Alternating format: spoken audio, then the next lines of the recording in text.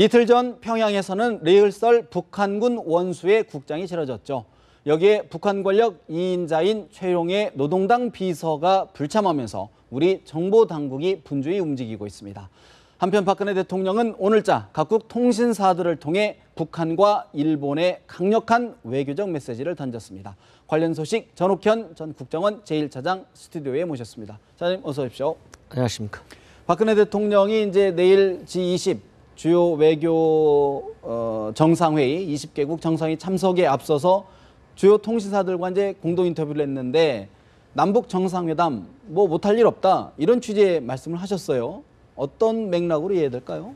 제가 보기에는 이제 큰 틀에서 보면 이번에 이제 정상회담과 관련해 가지고 대통령께서 하신 말씀은 지금까지 우리 대통령이 표명하신 것과 선을 같이 한다. 일맥상통한다. 뭐냐면 기본적으로 우리가 언제 어디서든지 정상회담을 못할 이유가 하나도 없다.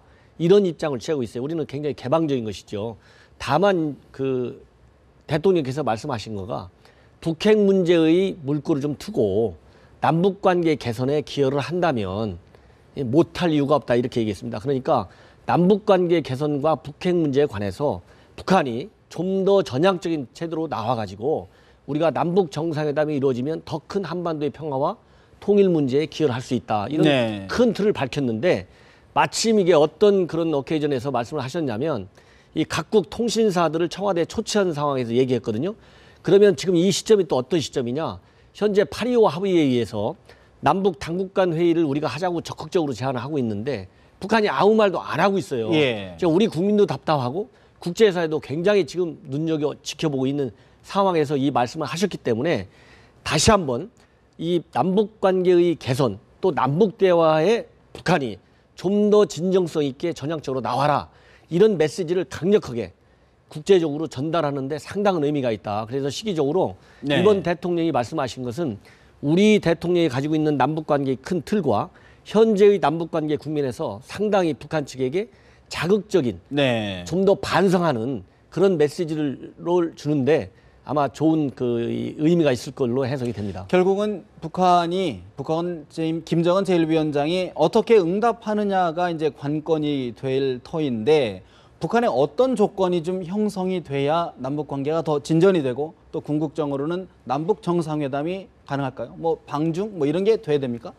이제 우선 쉽게 지금 이제 우리 국내 언론에서 얘기가 나오는 것이 지금 이제 앵커분께서 좋은 말씀하셨는데 이제 중국을 간다 이 얘기는 김정은이가 지금까지 군사 도발 위주의 어떤 그 위기를 통해서 뭔가 자기의 리더십을 보여주는 그런 정책에서 대화, 말하자면 정상적인 이런 남북관계의 관계에 맞게 이런 시각을 갖고 임할 수 있다. 이런 측면에서 긍정적인 사인이 올 수 있는 것이죠. 그러나 기본적으로 가장 중요한 것은 김정은이가 지금 현재 주창하고 있는 핵 경제 병진 노선을 없애는 것이고 두 번째 더 쉬운 거는 뭐냐. 5.24 제재 조치에 대해서 즉 북한이 과거에 잘못한 천안함 폭침, 금강산에서의 우리 국민을 이런 생명을 이런 뺏어간 이런 그런 나쁜 과거의 행태에 대해서 정말 반성하는 우리가 얘기하는 게 바로 그거 아니십니까? 반성하고 다시 이런 일이 일어나지 않도록 약속해달라. 아주 간단한 겁니다. 그러면 이 약속을 하면 김정은이가 지금 바로 생각하는 게 뭡니까? 북한 인민들을 위한 삶의 향상이에요. 그리고 내가 좋은 지도라는 걸 보여주는 겁니다.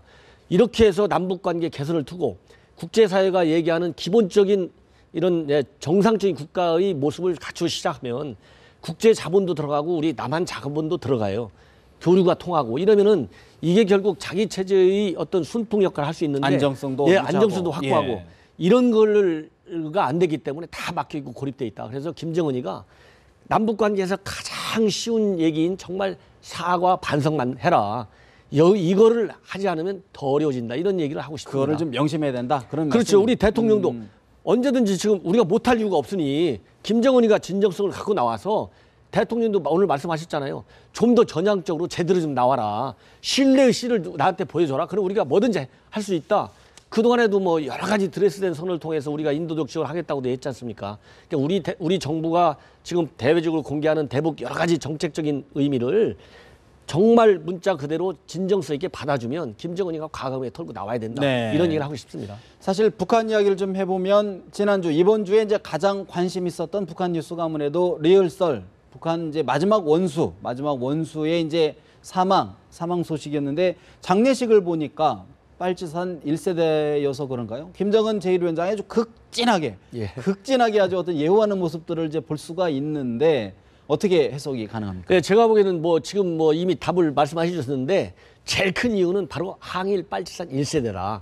즉 김일성이를 도와가지고 항일 투쟁에 아주 적극적으로 기여를 해가지고 혁명 옹이 결사대 이런 혁명 정신이 굉장히 투철하다. 이거 때문에 김정은이가 굉장히 최고의 예우를 표명한 거예요. 이게 북한에서도 국장을 하는데 예. 3일장도 있고 5일장도 있고 뭐 열흘장도 있고 그래요. 근데 이제 5일장을 한 겁니다. 그래서 최고의 11일은 김일성과 김정은이가 죽었을 때만 했고 네. 나머지는 통상 5일 최고의 제우를 한 게 이런 5일장이거든요. 5일장을 했고 이번에는 더군다나 김정은이가 직접 예. 이게 운구차에도 이 장례식에도 직접 참석하고 또 흙도 이렇게 직접 자기가 직접 뿌리고, 다 뿌리고 또 눈물까지 흘렸거든요. 이 얘기는 바로 뭐냐?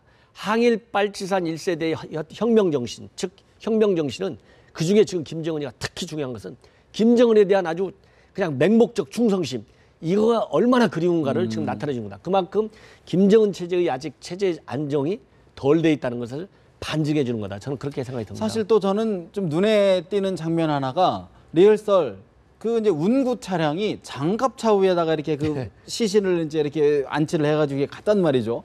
어떤 상징적인 의미가 있을까요? 보여주는 메시지가 있을까요? 그 메시지도 바로 이제 결국은 이제 사자, 즉 이을설에 대한 최고의 극진한 예우인데 이번이 처음은 아니고 이렇게 이제 장갑차를 통해서 5.1 국장이라는 형식을 통하고 또 평양 시내를 관통하는 그런 연결 퍼레이드까지 하는, 이게 말하자면 북한 당국이 갖출 수 있는 최고의 극진한 예로 되어 있습니다. 그 얘기는 바로 뭐냐? 첫 번째, 이 사람이 군인입니다. 군 출신. 그래서 그렇죠. 이 사람 이을설 같이 장갑차를 통해서 운구를 한 것은 3번 정도가 있다고 합니다. 예를 들어서 오진우 전 무력부장이 있고요. 그다음에 조명록 전 차수가 있고 이번에 이을설, 이렇게 3명이 말하자면 김일성 때부터 북한 3대 세습 체제를 만들어 나가는데 가장 큰 충성을 한 사람들이다. 그래서 이번에도 장갑차를 보여줬고, 이번에 보여준 장갑차는 신식 장갑차라고 해요. 그러니까 이제 신식 장갑차인데 의미가 뭐냐? 지금 김정은이는 군 현대화 작업을 굉장히 강력하게 추진하고 있어요. 그래서 항상 군 현대화, 정밀화 이런 걸 요구하고 있지 않습니까? 장갑차마저도 이제 이런 계기에 그걸 빨리 주민들한테 보여줘가지고 이런 국방, 이거 말하자면 미제와 싸워서 이길 수 있는 이런 장비를 다 갖추고 있으니 걱정하지 말라. 그래서 장례식을 계기로 해서 군 장비를 얼마만큼 현대하고 있다. 북한 주민들이 나를 따르라. 이런 선전 이런 데까지도 지금 노린 아주 치밀한 장례식을 치렀다. 저는 그런 해석을 합니다. 사실 리얼설 빨치산 1세대인데 또 빨치산 혈통, 또 백두산 혈통을 얘기하면 이제 최룡의 이제 노동당 비서가 또 생각이 나는데, 이번 장례식장에 이제 최룡의 비서가 이제 빠졌단 말이죠. 그러면서 지금 이제 극명하게 대비가 되는 거 아니겠습니까? 같은 빨치산 세대인데 하나는 극진하게 예우를 하고 하나는 지금 뭐 혁명화 교육까지 하고 있다, 이런 이야기가 나오는데 어떻게 봐야 될까요? 이런 부분. 그게 이제 어떻게 보면 이제 상반되는 느낌인 것 같은데요. 결국 귀결점은 하나다. 변함없는 충성을 해라. 변함없는 충성. 아무리 빨치산 2세대라 하더라도 만약에 충성심이에요. 지금 김정은이는 다른 거 반하는 거 하나도 없습니다. 자기를 둘러싸고 있는 측근과 당 정군에 있는 관료들은 무조건적 충성을 해라. 안 하면 다친다 이거거든요. 네. 그렇기 때문에 최용해가 이번에 지금 현재 이 언론 보도를 통해서 나오는 걸로 보면 혁명화 교육을 받고 있는 것이 정설인 것 같습니다. 그 얘기는 바로 뭐냐? 김정은이도 또 김일성이도 김정일이도 3대에 걸쳐서 이런 최용해를 키워줬는데 중간중간에 잘못했을 때는 반드시 버릇을 고치는 이런 혁명화 교육과 해임 이런 걸 했거든요. 그러니까 김정은이가 내가 어리다고 그래서 내가 지금까지 최용해 당신을 이렇게 대우해 줬는데 네 업무를 소홀히 하지 말라. 당신 업무가 뭐냐? 바로 청년 관련 업무를 가지고 있거든요. 그러니까 청년들한테 지금 김정은이가 기대하는 것은 무조건적 충성이에요. 왜? 지금 김정은의 사상체제의 취약이 가장 심한 데가 청년 세대입니다. 장마당 때문에. 그렇기 때문에 이걸 소홀히 하면 안 되는데 최용해가 나는 빨치산 2세야. 나는 괜찮아 이런 자만심에 빠졌을 가능성이 굉장히 많다. 그러니까 완전히 저 현영철이나 이 장성택 같이 이렇게 막 완전히 이 숙청 공개적인 뭐 아주 철저한 아주 무자비한 숙청은 안 하고 하방 교육을 시켜가지고 네가 또 반성을 해가지고 제대로 충성했다는 거 보면 또 끌어주겠다.